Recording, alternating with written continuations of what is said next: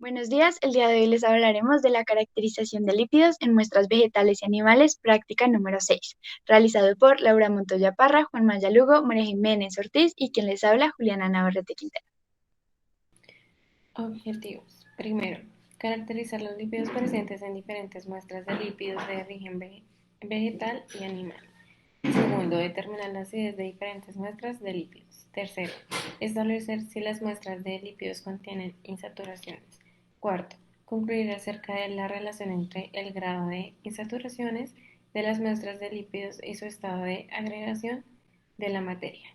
Primeramente, encontramos que los lípidos son un grupo de biomoléculas heterogéneas que se dividen en lípidos saponificables y lípidos insaponificables. En los saponificables tenemos los glicéridos, séridos, gliceridolípidos y esfingolípidos, y en los insaponificables tenemos los isoprenoides y los esteroides. Una característica de los lípidos es su escasa solubilidad en agua y su considerable solubilidad en disolventes orgánicos. Tenemos que el colesterol tiene 3 anillos aromáticos de 6 carbonos y un anillo de 5 carbonos. Esta unión es apolar e insoluble en agua. Por otro lado, tenemos algunos hidroxilos que forman puentes de hidrógeno que le permiten interactuar con el agua. Con los disolventes tenemos los polares, siendo el agua el más polar y el hexano siendo el más apolar. Según la regla de solubilidad, para la extracción de apolares se utiliza un disolvente apolar y para la extracción de polares se utiliza un disolvente polar. Para los fosfolípidos y triglicéridos encontramos una mezcla de disolventes como el etanol, que es polar, y el etílico apolar, o el cloroformo apolar y el metanol polar. El índice de saponificación, como el número de miligramos de hidróxido de potasio requeridos para saponificar los ácidos grasos libres y combinados presentes en 1 gramo de grasa. Tenemos que los ácidos grasos saponificables, debido a que en presencia de una base pierden las cadenas alifáticas y se formando una sal de potasio y esta forma un glicerol. Tenemos como ejemplo el aceite de coco, que realizando los cálculos con la fórmula que se muestra en pantalla nos da 50.95. En la estimación de insaturación tenemos en la imagen amarilla un saturado y un insaturado. La diferencia estructural son los dobles enlaces, los cuales evitan que se agreguen más hidrógenos a los carbonos. La diferencia funcional sería un punto de función, mientras que los saturados son sólidos, los insaturados la mayoría son líquidos. La estimación se realiza agregando yoduro de potasio, es decir, cuando el doble enlace está en presencia de halógenos, la insaturación se rompe y el halógeno se une en la posición en la cual estaba, liberando el yodo. Y cuando se titula con tiosulfato de sodio, se puede ver cuánto yodo hay en la solución. Procedimiento laboratorio de saponificación de materiales. Balanza de peso, líquidos, pipeta controlada, muestra de aceite, mezcla de etanol y éter. Metrajes, fenolftaleína, solución de ácido potasio, solución de ácido clorhídrico. En el ensayo con el aceite, primer proceso es pesar los gramos del material de aceite que se va a utilizar. Segundo, lo ponemos en un matraz y añadimos 5 mililitros de la mezcla de etanol y éter. Tercero, volvemos a poner 5 mililitros de dicha mezcla en el matraz. Cuarto, tomamos una pipeta y medimos 25 mililitros de 0.5 de ácido de potasio. Quinto, se lo añadimos a la solución que se encuentra en el matraz. Blanco. Primer proceso. En una probeta añadimos 10 mililitros de una mezcla de etanol y éter. Luego procedemos a pasarlo a un matraz. Segundo, con la pipeta tomamos 25 mililitros de 0.5 de hidróxido de potasio. Tercero, añadimos al matraz y luego procedemos a poner nuestras soluciones en un baño termostático de 100 grados por 30 minutos. Luego agregamos fenolftaleína y por otro lado llenamos la bureta sujeta al soporte de 0.5 de ácido clorhídrico. En el test ponemos el matraz debajo de la bureta y añadimos gota 0.5 de ácido clorhídrico. En el blanco ponemos la matraz debajo de la bureta y añadimos gota 0.5 de ácido clorhídrico. En este paso se denota como la solución pasada de un color rosado con la fenolftaleína transparente por la base. En el procedimiento de la estimación de la insaturación de grasas y aceites, se toman 10 mililitros de muestra de cloroformo y se adhieren a la matraz del lípido de la muestra, y lo mismo pasa con la matraz que contiene el blanco. Con otra pipeta se extraen 20 mililitros de iodo con halógeno y se añaden a la matraz de la muestra y este mismo paso se repite con la matraz que contiene el blanco. Después de esto, se dejan incubar por 30 minutos y en una bureta se añaden 0,1 moles de solución de tiosulfato de sodio. Después de esto, a las muestras se les añade yoduro de potasio para liberar el yodo, donde se usa el agitador metálico y se agrega un indicador de almidón a las dos muestras. Y en esta se obtiene el índice de yodo que indica el grado de insaturación de la muestra y del blanco. Resultados, primera pregunta.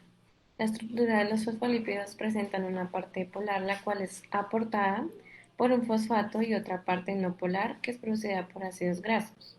A esta bipolaridad se conoce como el efecto de anfipático. Por esta razón se puede mezclar con el agua. Los fosfolípidos son importantes en los organismos porque facilitan el transporte de sustancias hacia adentro y afuera de las células para permitir inserción de las membranas de otras moléculas, como las proteínas y demás. También estos permiten flexibilidad para facilitar funciones como el movimiento, función y división y demás. Los ácidos grasos, o como popularmente se les conocen, grasas trans, son ácidos grasos insaturados en concentraciones principalmente encontrados en alimentos de consumo humano. Son ampliamente encontrados en productos sometidos a procesos de hidrogenación con el fin de solidificarse para aumentar su contenido graso y hacerlo más comercial.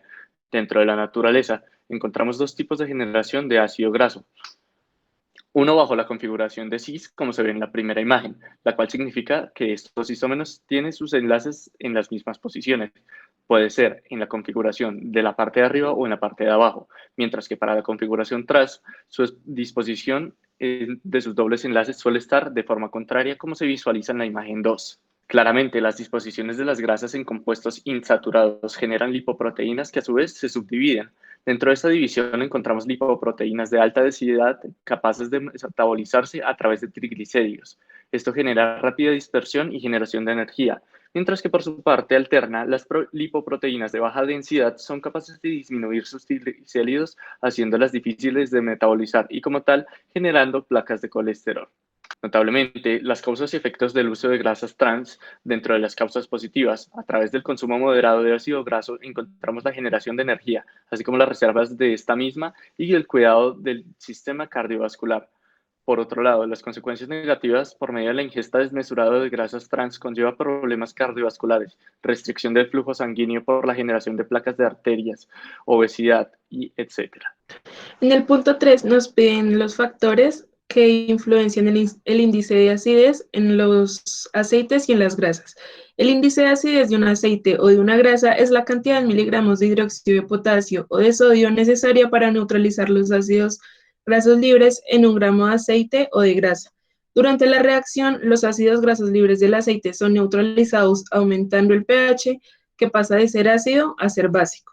Los factores que realmente intervienen en el índice son la normalidad, el volumen en centímetros cúbicos, la masa, el miliequivalente químico del ácido graso y el equivalente químico del hidróxido de potasio o de sodio. Los factores que intervienen son de las siguientes sustancias: el hidróxido de potasio o de sodio, el ácido oleico palmítico o láurico y el aceite o grasa en análisis. La acidez en el indicador general de la calidad del aceite o de la grasa. En cuanto menor sea la acidez, mejor es la calidad. Y la acidez de un aceite o de la grasa aumenta conforme la exposición en ambientes oxidantes y agresivos, donde los triglicéridos, que son el compuesto principal, se descomponen con el tiempo y la vida del aceite o de la grasa. En el punto 4 nos pidieron realizar la búsqueda bibliográfica del índice de acidez expresado como % de ácido oleico de una grasa y de un aceite. Encontramos que el aceite de oliva contiene un 70% de ácido oleico, mientras que la mantequilla contiene un 29%. La diferencia entre ellos se debe a dos importantes aspectos. El primero, siendo el aceite de oliva una de las principales fuentes de ácido oleico, tiene mayor porcentaje de este. Y el segundo es que se conoce que el ácido oleico es un ácido monoinsaturado. De esta manera se sabe que la mantequilla es una grasa saturada, mientras que el aceite de oliva es una grasa insaturada. En el punto 5 nos indicaron buscar el índice de saponificación de un aceite y de una grasa, comparar los valores y encontrar la manera de hallar el peso molecular a partir del índice de saponificación. Primeramente, se encuentra que uno de los factores que hacen que haya una diferencia entre los índices de saponificación es el peso molecular, debido a que el peso molecular es inversamente proporcional al índice de saponificación. Por otra parte, las grasas que contienen ácidos grasos de cadena corta consumen más hidróxido de potasio en su saponificación, mostrando un índice de saponificación más grande, y las que poseen ácidos grasos de cadena larga consumen menos alcalí, exhibiendo valores pequeños de índice de saponificación.